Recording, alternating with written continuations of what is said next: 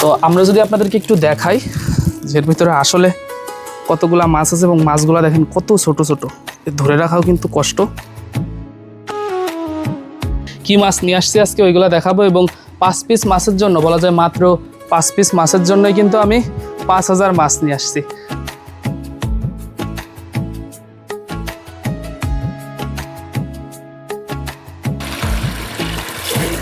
আর এই মাছগুলাই যখন আমার এই হাউসে যে খেলা করবে এদেরকে ধরে ধরে কিন্তু চিতল মাছে খেয়ে নিবে। আসসালামু আলাইকুম দর্শক, আমার গত ভিডিওতে আমি আপনাদেরকে দেখিয়েছিলাম যে আমি এর ভিতরে কিন্তু বেশ কিছু মাছ ছাড়িছি, যেমন আপনার চিতল মাছ, ভেটকি মাছ এবং কিছু পুঁটি মাছ, তেলাপিয়া মাছও ছিল।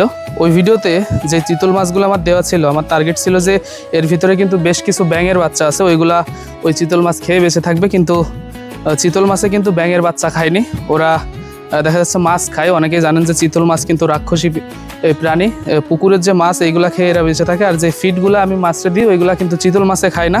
তো এই কারণে আজকে মাছের খাবারের জন্য মাছ নিয়ে চলে আসছি। কিন্তু তো কি মাছ নিয়ে আসছি আজকে ওইগুলা দেখাবো, এবং 5 পিস মাছের জন্য বলা যায় মাত্র 5 পিস মাছের জন্যই কিন্তু আমি 5000 মাছ নিয়ে আসছি। তো এতটুকু একটা পলিথিনে 5000 মাছ কি আসলেই ধরবে এবং আছে কি না সেটাই আপনাদেরকে দেখাবো। আশা করা যায় এর ভিতরে 5000-এরও বেশি মাছ আছে, যেটা কিন্তু আপনারা সরাসরি দেখলেই বুঝতে পারবেন যে এর ভিতরে আসলে কত মাছ আছে। এবং এই মাছগুলো আমি নিয়ে আসার পর প্রায় আধা ঘন্টা যাবত কিন্তু এইভাবেই আমার এই হাউজের পানিতে চুবানো আছে। আর এখন আমরা ঠিক এই মাছগুলা এই পাত্রে ঢেলে আপনাদেরকে দেখাবো যে এর ভিতরে আসলে কতগুলা মাছ আছে। আর এই মাছগুলাই কিন্তু খেয়ে এই চিতলগুলা বেঁচে থাকবে। আর এই মাছ যদি কমপক্ষে 10-15 পিসের ভিতরে টিকে যায় তো তাতেই কিন্তু এনাফ। তো চলেন, তো আমরা যদি আপনাদেরকে একটু দেখাই যে এর ভিতরে আসলে কতগুলা মাছ আছে এবং মাছগুলা দেখেন কত ছোট ছোট, ধরে রাখাও কিন্তু কষ্ট। এইগুলা কিন্তু মনে হয় যে মৃগেল মাছ বলে, মৃগেল মাছের হয়তো ধানিপোনা। আমি যে অত কিছু বলিনি, আমি জাস্ট বলেছি যে পুকুরে কিছু মাছ দিব তো দিয়ে দেন, তো এই মাছ ওরা দিছে। তো দেখা যাক এই মাছগুলো আগে আমরা ঢালি। মাছ ছাড়ার ক্ষেত্রে প্রথমেই আমি আপনাদেরকে যেমনটা বলি যে পুকুরের পানির সাথে এর যে আপনার মাছটা, এরা কিন্তু আপনার পুকুরের পানির সাথে আগে খাপ খাওয়াই নিতে হবে, যেটা আমি আধা ঘন্টা আগে ভিজায় রেখেই খাপ খাওয়াই নিয়েছিলাম। তো অক্সিজেন ব্যাক করা আছে মাছ। আর এখন কিন্তু আমরা দেখি মাছগুলা বের করতে পারি কিনা।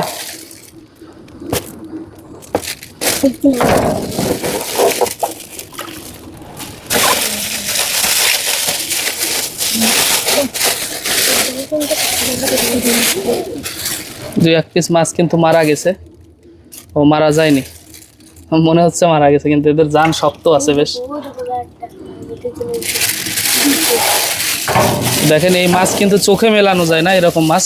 থাক, এই জায়গায় ধরে রাখো এটা।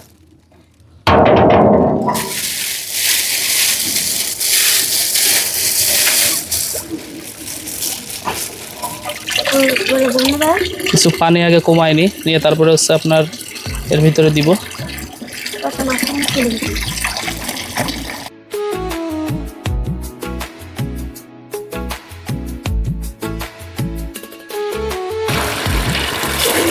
তো আপনারা দেখলেই কিন্তু বুঝবেন 5000-এরও বেশি মাছ হয়তো এর ভিতরে আছে।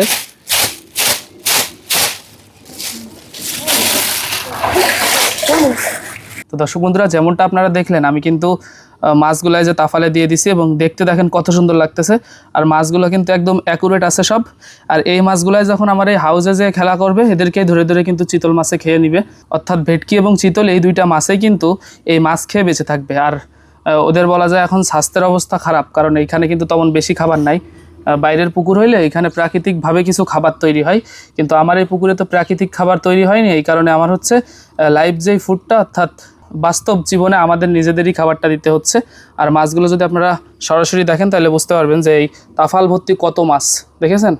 আর দেখতেছেন খুব আকর্ষণীয় এবং অসাধারণ লাগতেছে এই তাফালের ভেতরে এই সব মাছগুলা। বেশি কথা না বাড়িয়ে এই মাছগুলো এখন আমরা ছেড়ে দিব এবং আপনাদেরকে দেখাবো ঠিক কিভাবে এরা পুকুরে চলে যায়। দর্শক বন্ধুরা, এইখানে কিন্তু আমার একটা ভুল সিদ্ধান্ত নেওয়া হচ্ছে। আমি বায়োফ্লক হাউসে সাদা মাছ দিছি। প্রথম কথা হচ্ছে এটা, এখানে যদি আপনারা অক্সিজেনের ব্যবস্থা না করতে পারেন সেক্ষেত্রে সাদা মাছ দেওয়ার দরকার নেই। আর চিতল মাছ বা ভেটকি মাছ এই ধরনের মাছ কিন্তু অক্সিজেন না থাকলে এর ভেতরে বাঁচে না। আর আমার মাছগুলো বাঁচবে কিনা তার ঠিক নাই, তবে একটা দুইটা অলরেডি মরা ধরিছে। আপনার এই যে পুঁটি মাছ প্রতিদিন একটা করে মারা যায়। কথা থাকবে হচ্ছে যারা আপনার বায়োফ্লকে অর্থাৎ এরকম হাউজে মাছ চাষ করেন, অক্সিজেনের ব্যবস্থা না থাকলে আপনার এই ধরনের সাদা মাছ দেওয়ার দরকার নেই। এটা কিন্তু আমার একটা ভুল সিদ্ধান্ত, এই ধরনের সিদ্ধান্ত আপনারা কেউ নিয়েন না। আর চিতল মাছটা খাবার দিয়েছি, দেখা যাক বাঁচে কিনা অক্সিজেন ছাড়া। এটা আমার হচ্ছে একটা পরীক্ষামূলক বলা যায়, যেহেতু গত বছর অনেকগুলো মাছ আমার এর ভিতরে হয়েছে। সবচেয়ে ভালো হয় তেলাপিয়া, কই এবং শিং মাছ। বায়োফ্লকে চাষ করার জন্য আপনার আদর্শ মাছ হচ্ছে তেলাপিয়া, কই এবং শিং। আর এই ধরনের সাদা মাছ অর্থাৎ কার্প জাতীয় মাছ, এই মাছগুলা কিন্তু হাউজে চাষ করা অসম্ভব, কারণ এরা দূরে ঘুরে বেড়াবে, খেলা করবে, এটাই হচ্ছে এদের কাজ। অর্থাৎ উন্মুক্ত পুকুরে, জলাশয়ে এদেরকে ছেড়ে দিতে হবে। যত দ্রুত মানে এরা দৌড়াইতে পারবে তত বড় হবে। আর দেখা যাচ্ছে হাউজে চাষ করলে কই এবং শিং, এর বাইরে চাষ করার দরকার নাই। তো বেশি কথা না বাড়িয়ে আগে ধানি পোনাগুলো ছেড়ে দিই। আমার এই চিতল মাছগুলো আপনার 5 দিন যাবত, অর্থাৎ 5টা চিতল কিন্তু 5 দিন যাবত না খেয়ে আছে। তো 5টা চিতলের জন্য আমরা কিন্তু এখানে একেবারে 5000 পিস মাছ দিয়ে দিলাম। তো দেখেন মাছগুলো ঠিক কিভাবে চলে যায়। তো মাছগুলোর সাইজ যদি আপনারা দেখেন, একদম ছোট ছোট সাইজ। আর এই মাছই কিন্তু আমি অনেকগুলো অলরেডি ছেড়ে দিছি এর ভিতরে, দেখেন অবস্থা। তো দেখি এদেরকে আর কষ্ট না দিয়ে ছেড়ে দিই আমরা। তো যেমনটা বললাম, বায়োফ্লক হাউসে আপনার ধানিপোনা ছাড়া একরকম বোকামি। আর এই মাছ আমার যেহেতু চিতল মাছ রয়েছে, চিতল মাছগুলা টিকে গেছে, এই কারণে আশা করা যায় এর ভেতরে আপনার চিতল মাছ যদি হয়ে যায়, ওরা এই মাছগুলা খেয়ে যদি 1-2টা মাছও টেকে, তাতেই এনাফ।